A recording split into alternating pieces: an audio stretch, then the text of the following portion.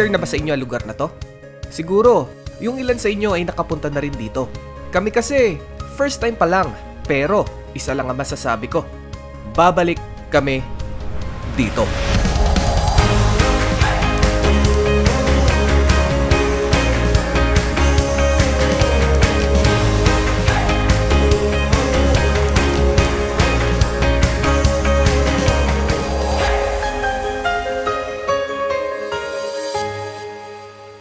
Ito ang unang beses na makakasakay ng eroplano si Kiara. Dahil August ang birthday namin tatlo ng mami niya, nagpa siya kaming magpunta sa Palawan para i-celebrate na lang ng isahan doon.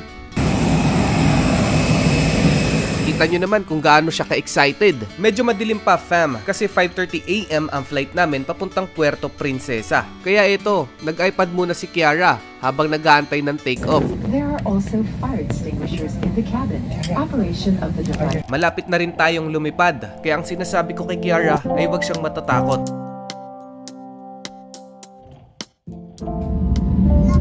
Eto na guys, palipad na tayo. Pagkakit namin sa itaas, tinanggal na ang seatbelt at nakapag-relax na ang lahat ng tao. Enjoy na enjoy siyang makakita ng clouds. Iniisip ko nga matatakot siya at iiyak kasi baka malula. 1 hour lang naman ang biyahe mula Manila to Palawan. Kaya habang nakasakay pa kami, pinakain na rin namin si Kiara ng cake para masulit niya yung airplane experience. Mabilis lang ang biyahe, parang nagkape lang ako sa ulap. Tapos after nun, asa Palawan na kami. Marami na ring shuttle na pwedeng sakyan papunta sa destination ninyo. Nasa 500 pesos naman ang pamasahe ng isang tao. After 1 hour, nakarating na rin kami sa Astoria Hotel. Pagtapos namin mag-check-in, hinatid na kami sa villa na pag-i-stayan namin sa loob ng 4 na araw.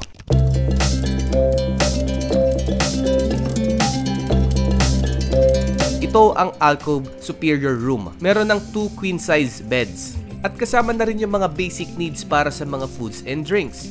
At ang bathroom, para kayong nasa 5-star hotel. Modern na ang shower at ang bathtub. May free access rin tayo sa gym. Kung kayo ay fitness enthusiasts, may enjoy nyo talaga ang staycation nyo dito.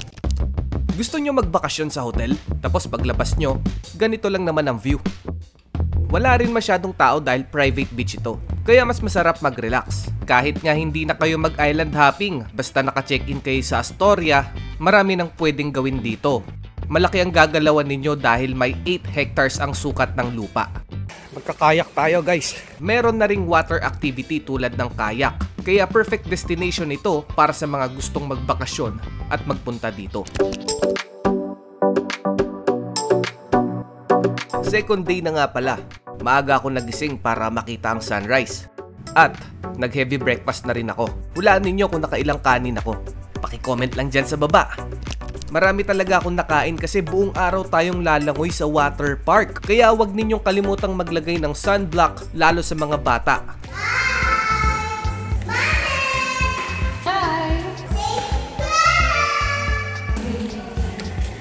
Hi guys! Nandito tayo ngayon sa labas ng main reception.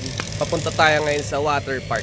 Hindi naman kalayuan ng water park. Sadyang maganda lang talaga ang treatment ng hotel sa mga guests and members. Walking distance nga lang to sa mga villas kung tutuusin. Pwedeng maglakad. Pero kung gusto mo ring maging sosyal paminsan-minsan, sumakay ka na. Ano ba kayo? Pang my day at pang story din to, ayaw nyo ba? Feeling trapped down on the floor. I don't know what for. Feels like I'm gonna lose. In the salbabida. Bottoms up, we go all the way. When you're feeling down, push the pain away. We go bottoms up, we go all the way. And face it another day. We go bottoms up.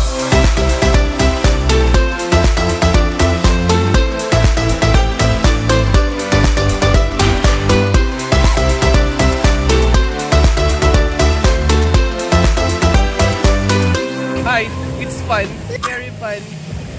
Nag-enjoy yung mga kids, pati si Daddy nag-enjoy. Like and subscribe in the Kifam. Kifam! Kifam! Subscribe! Subscribe! Umuulan! Payong tayo! Mababasa ako! Ganito pala dito pag gabi. merong ginaganap dito na acoustic night at fire dance. Kung gusto ninyo ng kalmado lang, cozy, walang masyadong ingay, yung makakapag-relax kayo, malayo sa crowded places, kasama ang families, mai-enjoy ninyo ang staycation nyo dito sa Astoria, Puerto Princesa. Pangalawang gabi na nga pala namin dito. So ito ang dinner ng mga bata, pork sinigang at papaita naman para sa amin ni Cathy. Sobrang init ng sabaw, perfect sa panahon kasi ang lamig ngayong gabi. Habang nag-aantay nga ng food, si Kiara ang daming kinuwang biskwit. Akala ko naman kakainin niya.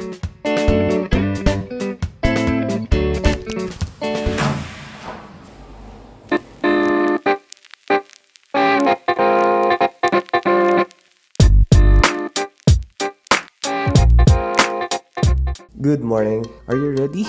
Sa next adventure for today, let's go! Today mag-island hopping tayo and nag-rent tayo ng car. Toyota Wigo. Tara, kailangan nating lumarga para marami tayong magawa today.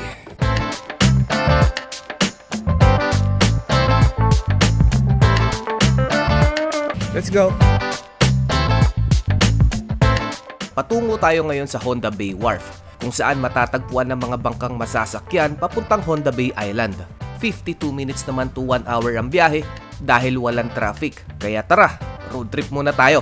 Hello guys, update lang. Mag-island hopping na kami. Ito car namin ngayon. Hindi kami nag-shuttle para hawak namin oras namin. Ganda Palawan. 1,200 ang pinagas natin plus 15.8 liters tayo. Hanggang bukas na to. Are you ready for our next adventure? Yeah! Louder! Yeah! Say yes! Yes! How about Auntie Hailey?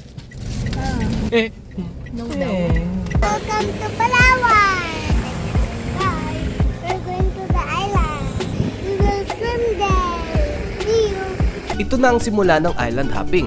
Actually, malapit lang mula sa puerto yung mga island na pupuntahan namin. Wala pa ngang isang oras mararating nyo na ang Pambato Reef. Hindi ito island, pero ito yung place kung saan pwedeng mag-snorkeling and diving. Eh sino ba namang hindi mapapadive kung ganito kalinaw at ganda ang tubig?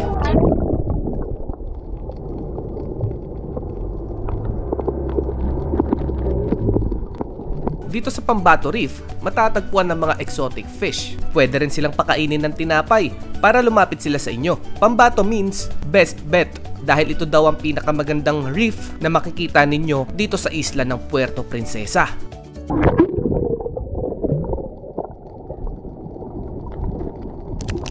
Luli, lulubog, lilitaw. In short, Luli Island. Dahil sa tuwing mag-high tide, ang buong isla ay lumulubog. At sa tuwing maglo-low tide, ang isla naman ay lumilitaw. Meron din palang cliff jump dito sa Luli Island. Hindi naman kataasan, kaya kayang-kaya nyong tumalon. Kahit nga mga bata, hindi natatakot.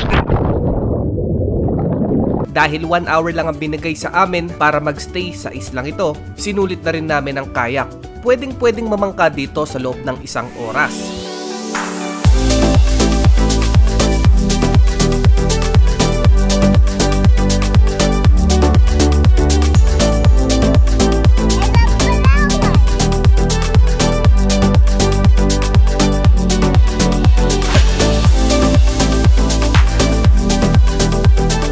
Full day pala ang island hopping namin mula 9 AM hanggang 3 PM. Kaya gutom na gutom kaming lahat sa adventure na to. Pagtapos naming mag-island hopping, ang dami pang natirang oras. Kaya namasyal pa kami sa Crocodile Farm at Baker's Hill. Pero bago yan, skip muna natin sa day 4. Ang sarap ng tulog, 7 AM, mga pagod na pagod, nag-island hopping. Oh, diba? Hanggang sa pagtulog, dinala ni Hailey ang kilikili shot sa kanyang bangka. At syempre, Morning guys, I just woke up. pagising lang yan guys. Time check, 7 AM. Bababa kami para mag-breakfast. Ito yung breakfast natin. Longganisa and fish fillet.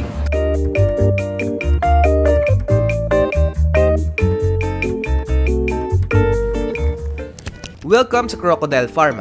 Ganito lang naman kalaki ang buto ng buhaya.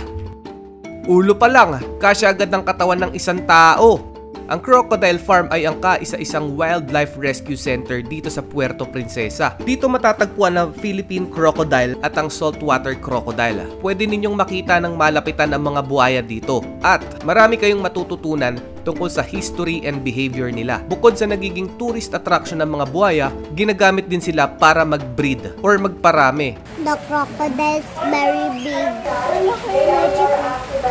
You don't like the crocodile? Yeah, It's very big? yeah. Scary? They might bite me. Ingat-ingat lang tayo sa paglalakad at baka tayo ay mahulog, lalo sa mga batang makukulit.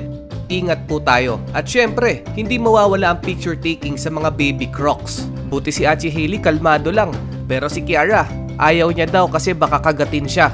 Dako naman tayo sa Baker's Hill kung saan mabibili ang mga pasalubong special, baked goodies tulad ng hopya, crinkle cookies, cakes, at marami pang iba. Tumambay nga muna kami saglit at nagkape para magpahinga dito. May mga Korean noodles din na pwede ninyong ipaluto.